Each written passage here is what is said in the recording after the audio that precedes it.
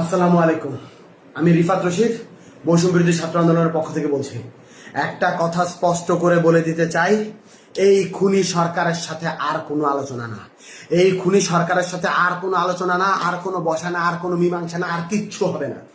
তারা প্রত্যেকবার ক্র্যাকডাউন চালিয়েছে। বাংলাদেশে গণহত্যা চালানোর পরেও আমরা শিক্ষার্থীরা যখন রাজপথে নেমেছিলাম তখন আমরা চুপ করে বসেছিলাম। আমরা কিন্তু রাজপথে খুব শান্তিপূর্ণ কর্মসূচি দিয়েছিলাম। আমাদের এই শান্তিপূর্ণ কর্মসূচিতে আবার গুলি চালানো হয়েছে। আমাদের ছয়জন ভাইকে শহীদ করা হয়েছে। এখনো অনেকে আহত, আমরা জানি না তাদের অবস্থা কি।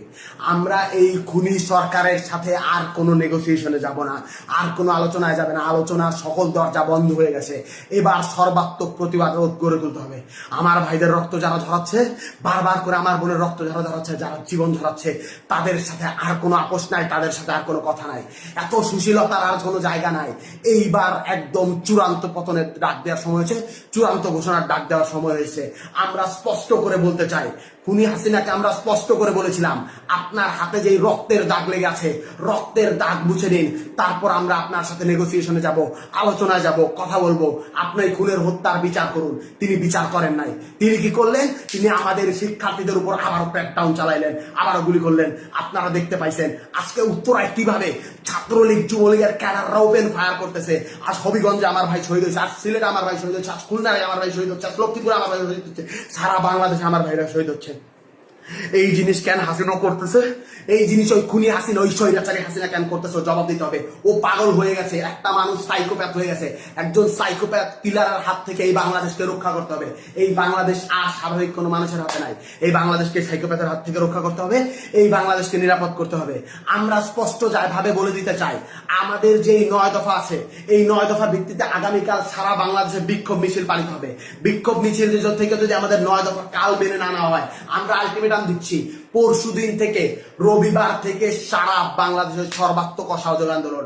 স্কুল চলবে না, কলেজ চলবে না, আদালত চলবে না, আইন চলবে না, ব্যাংক চলবে না, কিচ্ছু চলবে না। সবকিছুতে সর্বাত্মক অবরোধ, সবকিছুতে সর্বাত্মক অসহযোগ আন্দোলন চলবে।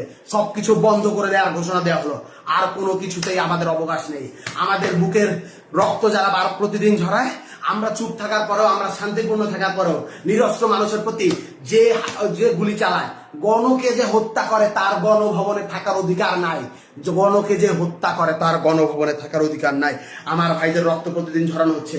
এই রক্তের হিসাব পড়তে পড়তে পড়তে পড়তে পাহাড় সম রক্ত হয়ে গেছে। এই রক্তে তাকেই ডুবে মরতে হবে। এই বাদে কোনো উপায় নাই। আমি স্পষ্ট করে বলতে চাই, আপনারা এই 9 দফায় ভিতরে 9 দফার দাবিতে আগামীকাল বিক্ষোভ কর্মসূচি পালন করুন। সারা বাংলাদেশের প্রতিটি জনতা রাস্তায় নেমে আসুন। আপনার ঘরের সামনে, আপনার বাড়ির সামনে প্রতিটি অলি গলিতে দুর্গ গড়ে তুলুন। বাংলাদেশের প্রতিটি ঘর একটা দুর্গ হয়ে উঠবে। এই 9 দফা যদি মেনে না নেওয়া হয়, পরদিন থেকে আমরা বলতে চাই, আমরা স্পষ্ট করে বলতে চাই, পরদিন থেকে সর্বাত্মক অসহযোগ আন্দোলন। এই সরকারকে কেউ সাহায্য করবে না, কেউ সাহায্য করবে না, কেউ সাহায্য করবে না। গোটা বাংলার ছাত্র জনতা, গোটা বাংলার কৃষক জনতা, গোটা বাংলার শ্রমিক জনতা একত্র হয়ে গেছে। এই সরকারকে কেউ সাহায্য করবে না। কেউ ব্যাংকে টাকা দিবেন না, কেউ কিচ্ছু করবে না, কেউ কোনো লেনদেন করবে না, অফিসে আদালতে যাবেন না। এই সরকারের সব থেকে বড়, এই দেশের সব থেকে বড় যে 2টা খুঁটি, একটা হলো গার্মেন্টস প্রতিষ্ঠান, আরেকটা হলো রেমিটেন্স। প্রবাসী ভাইদেরকে বলতেছি, একটা টাকা বৈধ চ্যানেলে রেমিটেন্স পাঠাবেন না। বিকাশ নগদে টাকা পাঠালো, সেটাও কিন্তু বৈধ চ্যানেলে হয়, সেটা রেমিটেন্স সরকারের যোগ হয়। বিকাশ নগদেও কেউ টাকা পাঠাবেন না। আমরা বলতে চাই, গার্মেন্টস শ্রমিকদেরকে বলতে চাই, আমি আশুলিয়ার ছেলে, আমার রক্তে, আমার খুনে, আমার প্রতিটি জায়গায় জায়গায় গার্মেন্টস শ্রমিকদের ছাপ, রক্ত, ঘামের পয়সা লেগে আছে। আপনাদেরকে আমি বলতে চাই, আপনারা কেউ আর গার্মেন্টসে যাবেন না। আপনাদের কেউ আর গার্মেন্টসে যাবে না। গার্মেন্টসে যারা যায়, আমার মা, আমার বোন, আমার মা বোনদেরকে বলতেছি, আমার ভাইদেরকে বলতেছি, আপনারা কেউ গার্মেন্টস কারখানায় যাবেন না।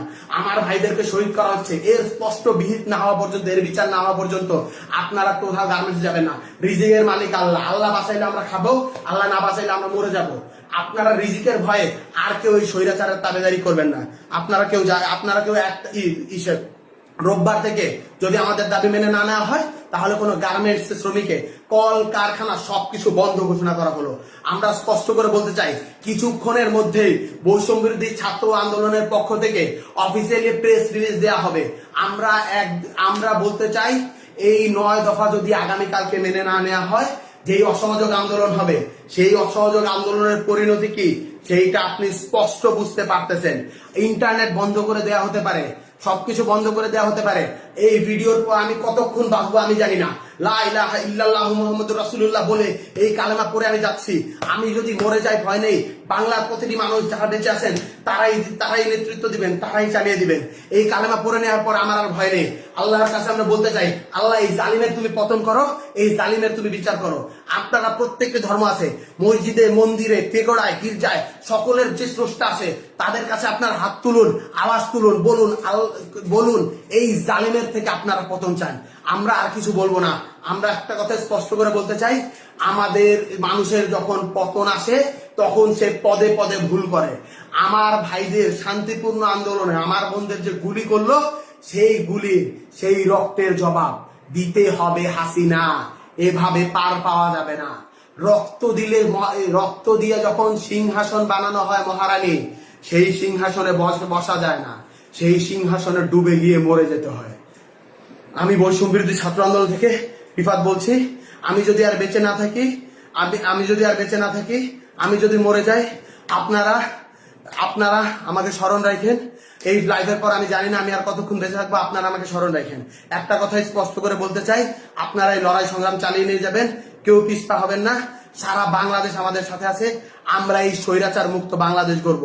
যারা এই আমাদের রক্তে, আমাদের খুনের উপর পাড়া দিয়ে, আমাদের রক্তের উপর পাড়া দিয়ে এই জালিমশাহী সরকার কায়েম করছে, জালিমশাহী শাসন ব্যবস্থা কায়েম করছে, তাদের সমস্ত স্ট্রাকচার, সমস্ত প্রতিষ্ঠান, সমস্ত স্তম্ভ ভেঙে গুড়িয়ে পায়ে মারিয়ে দেওয়া হবে। এই বলেই আমি আমার বক্তব্য শেষ করছি। আন্দোলন চলছে, আন্দোলন চলবে। শহীদের রক্তের দাবি আদায় না করা পর্যন্ত, শহীদের রক্তের বিচার না হওয়া পর্যন্ত আমরা আমাদের রাজপথ ছাড়বো না। আজ থেকে বাংলাদেশের প্রতিটি ঘর একটি দুর্গ।